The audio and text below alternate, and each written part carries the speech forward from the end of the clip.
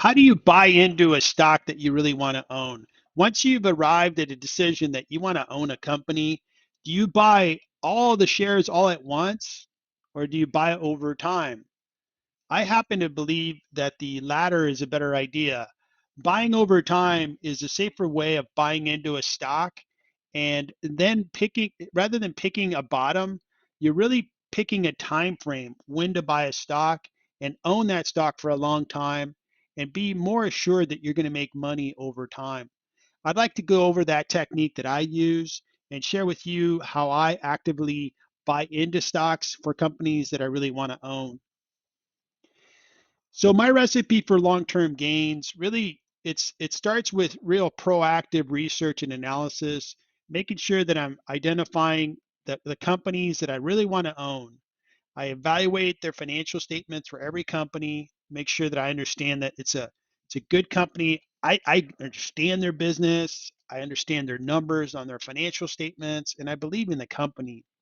I determine the value of the company with my own analysis, and I encourage you to really arrive at the analysis that gives you a sense of what that company is worth and make it sure that you understand that analysis and then you can make a decision based on what you truly believe in. And then I make a decision to buy into a company. So I've made a decision to buy into a company.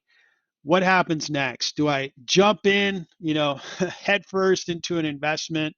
Well, that could be really tricky. Instead, I really would rather accumulate shares on sell-offs. So I know that I believe that a company is undervalued, meaning their share price is being sold at a price that's far lower than what I think it's worth. Then I really begin to accumulate shares. I buy 2 to 5% of the position I intend on owning at a time, over time. And I pick down days where you see the stock market go up and down, up and down. I pick one of those down days, and this week's a good example. This past week, we saw some pretty good down action, and we saw some really good up action. On down days, I can pick, places to buy these shares. I'm an active value investor. Executing these trades is not that difficult. It takes very little time, and I can do that very quickly. So doing that is very practical for me. And I'd rather go to, between 2 and 5% of the total position that I'm going to accumulate. I want to accumulate that position over months. It's not, a dash to own a particular size position. I think that could be risky.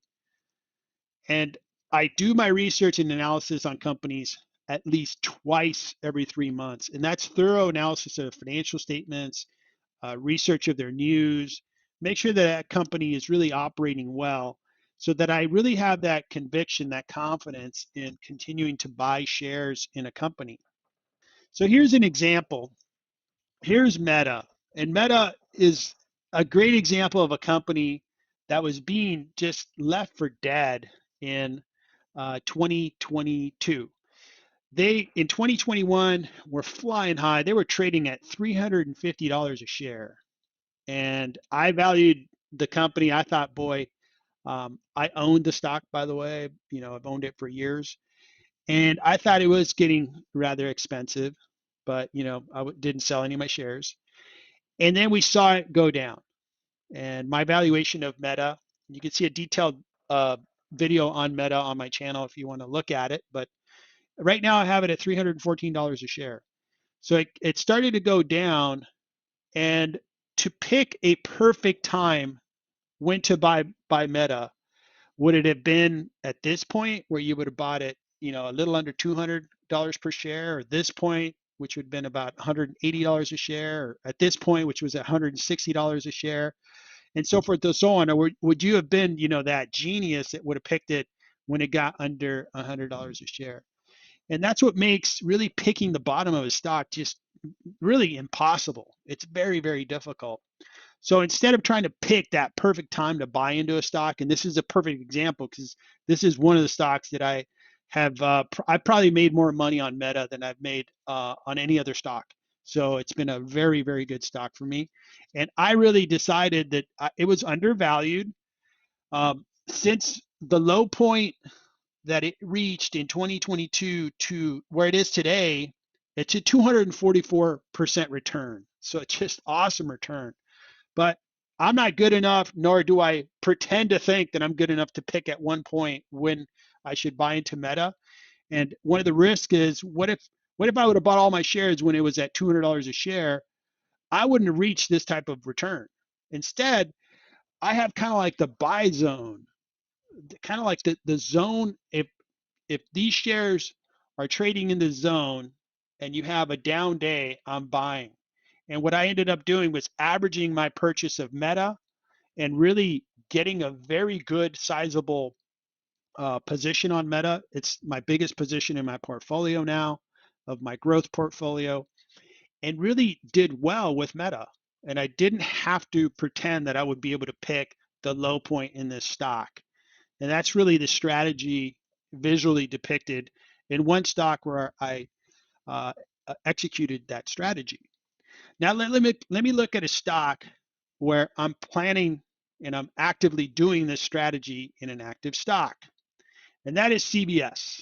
CBS, I believe, is undervalued significantly. It currently trades at roughly $70 a share, but I think it's worth 95. And you can see the chart for Meta and the chart for CBS have some similarities. You have this big rise and then this big fall. The same company that existed just a short time ago, less than a year ago, is the same company that's now discounted, I believe, significantly.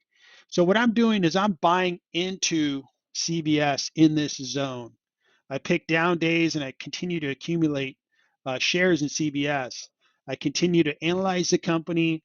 Everything I read on CBS is it shows that they're continuing to make their company more valuable. They're paying off debt. They keep growing their free cash flow that they generate. They keep growing their top line. They keep making their business stronger by making it more diversified into providing complete health care for a customer slash patient. So all those things are like just the good formulation, good recipe for success. I don't have to be perfect in my investment in CVS. I don't have to be good enough to pick the low point. I just need to get in the zone of making money and continue to buy into CVS. So over time, my investment in CVS is going to go up in value. And over the long period of time, I'm going to double, triple, and quadruple my money. So that's my video on how I approach buying into companies. I buy in increments to build up a particular position in a stock and really use data in my favor. I pick a zone when I'm going to buy those shares and then really just use down days again in my favor so I can buy the best purchase price, but really have a range of when I'm willing to buy a particular stock. I hope you found the video interesting. I'd love to hear from you on what techniques you use as you buy into the stocks that you want to own. And please provide comments on the video, like my video, and subscribe to my channel if you like videos like these. Thanks for watching. Good luck investing in 2023.